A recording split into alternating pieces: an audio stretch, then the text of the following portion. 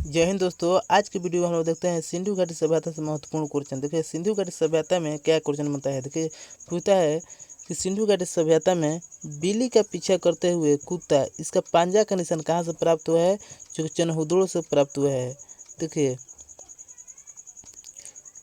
ये बिल्लियाँ है ना, ये कुतवाल चंचल थी तभी तो भाग रही है। तो चंचल से आप चनहुदड़ों की ओर पकड़ सकते हैं, जो कि वर्तमान में यह पाकिस्तान में है। नेक्स्ट क्वेश्चन देखिए, ये लोमड़ी है जो एक वृक्ष के नीचे अपने भोजन की तलाश में खड़ी है। कहाँ पर? स्थल पर खड़ी है। स्थल से आप लोथल की ओर पकड़ सकते हैं। लोथल वर्तमान में जो गुजरात राज्य में पड़ता है। देखिए यही गुजरात राज्य है, जो कि गुजरात में लोथल पड़ता है। नेक्स्ट क्वेश्चन है, देखिए ये बर्तन या जार है। एक पक्षी अपनी चोंच से किसी मछली को पकड़ी हुई है बर्तन या जार से। इसका प्रमाण कहाँ से प्राप्त हुआ है? देखो ये पक्षियाँ ये स्थल पर खड़ी है। स्थल से आप लोथल की ओर पकड़ सकते हैं, जो कि लोथल वर्तमान में गुजरात में है। नेक्स्ट क्वेश्चन है, हड़प्पा सभ्यता की मोहरें किस चीज़ की बनी होती है? तो इसका आंसर होगा सिलखड़ी। देखिए इसका आंसर होगा डी।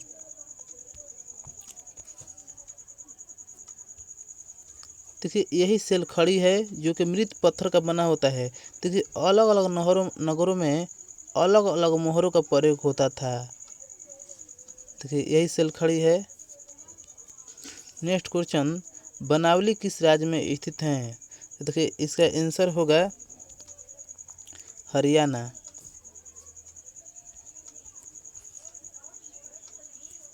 देखिए भारत में यही हरियाणा है, यही हरियाणा राज्य में बनावली स्थित है। देखिए बनावली, इसके चारों तरफ क्या है? वन, यानी इसका नाम क्या है? बनावली। बनावली कहाँ है? हरियाणा। हरि जी कहाँ रहते थे? वन में, यानी हरियाणा से आप बनावली की ओर पकड़ सकते हैं। कहाँ है? हरियाणा में। नेक्स्ट क्वेश्चन है, लोथल किस नदी के किनारे स्थित हैं? तो देखिए इसका आंसर होगा सी, भोगवा नदी के किनारे स्थित हैं। देखिए यही भोगवा नदी है, जो कि भोगवा नदी, इसका वर्तमान नाम क्या है? साबरमती है। वर्तमान में इसका नाम साबरमती है, जो कि यही भोगवा नदी गुजरात में बहती है। देखिए यही हड़प्पा सभ्यता है। यहीं से देखिए लोथल से भोगवा नदी बहती है। तो लोथल किस नदी किनारे था? भोगवा नदी किनारे। अब भोगवा नदी का वर्तमान क्या है? साबरमती। साबरमती कहाँ है? गुजरात राज्य में। नेक्स्ट क्वेश्चन है,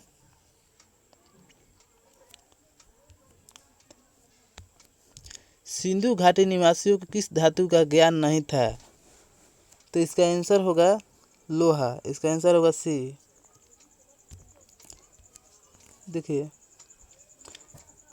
सिंधु घाटी सभ्यता में ये तांबा है, ये चांदी है, ये कांसा है और ये सोना है। इसमें लोहा का कहीं जिक्र नहीं है। नेक्स्ट क्वेश्चन, हड़प्पा सभ्यता किस युग की सभ्यता थी? देखिए हड़प्पा सभ्यता में जैसे अधिकांश वस्तुएं कांसा की बनी होती है, तो इसका आंसर होगा कांसा। आंसर होगा सी। देखिए यही ये कांसा की बनी हुई है। वहाँ के अधिकांश वस्तुएं कांसा की बनी होती थी, इसलिए इसको कांस्य युगीन सभ्यता बोला जाता था। देखिए हड़प्पा संस्कृति आधारित थी, माने कि वहाँ की व्यक्ति माने काज पर किस पर आधारित थी? देखिए बता रहे हैं, इसका आंसर होगा व्यापार।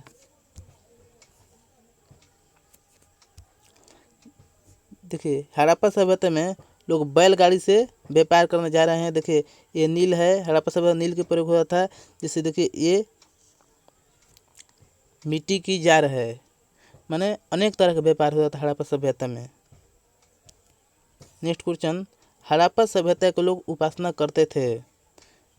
देखिए हड़प्पा सभ्यता में लोग उपासना मातृ देवी करते थे। इसका आंसर होगा सी। देखिए हड़प्पा सभ्यता में ये यही मातृ देवी है, इसी के लिए हड़प्पा सभ्यता में लोग पूजा करते थे लोग। ये हड़प्पा सभ्यता है। नेक्स्ट क्वेश्चन, हड़प्पा सभ्यता का स्वरूप क्या था? देखिए हड़प्पा सभ्यता, देखिए ये नगरीय सभ्यता थी, जिस देखिए यहाँ पर महल बना हुआ है, तो सहज बात है कि ये शहर था। हड़प्पा सभ्यता एक शहरी सभ्यता था, तो इसका आंसर होगा बी, एक शहरी सभ्यता था।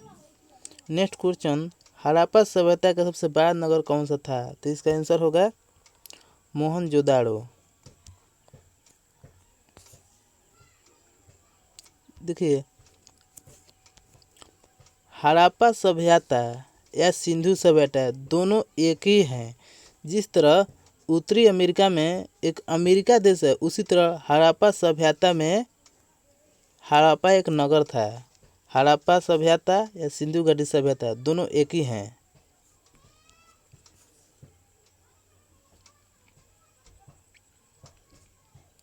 नेक्स्ट क्वेश्चन है, हड़प्पा सभ्यता की सर्वप्रथम खोज की थी? तो इसका आंसर होगा दयाराम शाह ने। बी आंसर होगा। देखिए ये दयाराम शाह ने जो है अपनी दया हड़प्पा सभ्यता पर दिखा दी ना। देखिए हड़प्पा होगा, जैसे देखिए दयाराम शाह ने कहाँ दया दिखा दी? हड़प्पा पर। हड़प्पा पर दया कब दिखा दी? 1921 में। किसने? दयाराम शाह ने।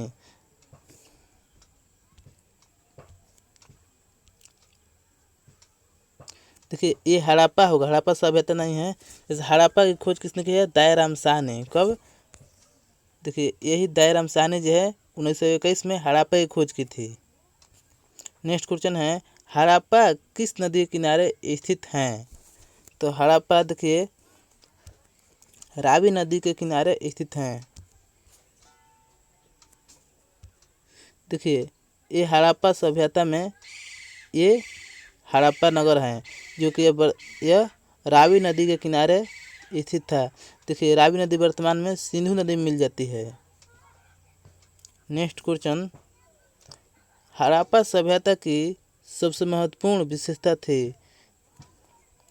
देखिए हड़प्पा सभ्यता की सबसे महत्वपूर्ण विशेषता नगर नियोजन और वास्तुकला, यानी कहने का मतलब था, देखिए इन नगर को इंजीनियर के द्वारा मान वास्तुकला के द्वारा कि इसमें दो रास्ता होगा, दो गली होगा और 4 नली होगा, इसी तरह यह नगर को सुशोभित करके बनाया हुआ था। तो इसका आंसर नगर नियोजन और वास्तुकला होगा। हड़प्पा सभ्यता का सबसे महत्वपूर्ण विशेषता जो वास्तुकला या नगर नियोजन था।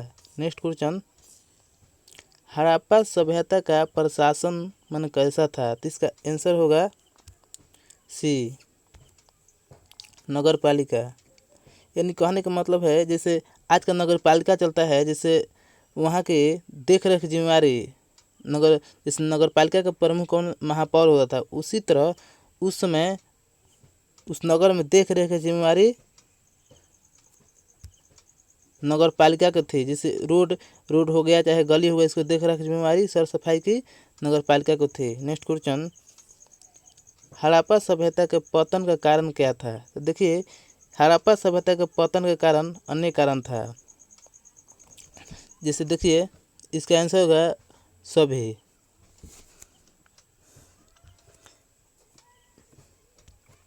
जैसे देखिए ये हड़प्पा सभ्यता हो गया, तो मान लीजिए इस क्षेत्र से कोई विदेशी आक्रमण किया, यहाँ का मार काट कर चला गया, तो क्या होगा? विदेशी आक्रमण। प्रकृति कारण क्या हो गया? जैसे देखिए यहाँ पर भूचाल आ गया, नदी अपना रास्ता मोड़ ली, चाहे नदी का पानी सूख गया, या बारिश आने के कारण इस क्षेत्र दह गया, तो क्या हो गया? प्रकृति कारण। मानवीय कारण, जैसे किसी नदी बह रही है, इसका मुहाने पर कहीं दूसरे क्षेत्र में मोड़ देना, या इस क्षेत्र में जंगल को कटाई कर पर्यावरण को नष्ट कर देना, ये मानवीय कारण है। तो इसका आंसर होगा सभी। मैंने हड़प्पा का पतन कारण विभिन्न कारण हैं। अनेक वैज्ञानिकों का अलग अलग मत है।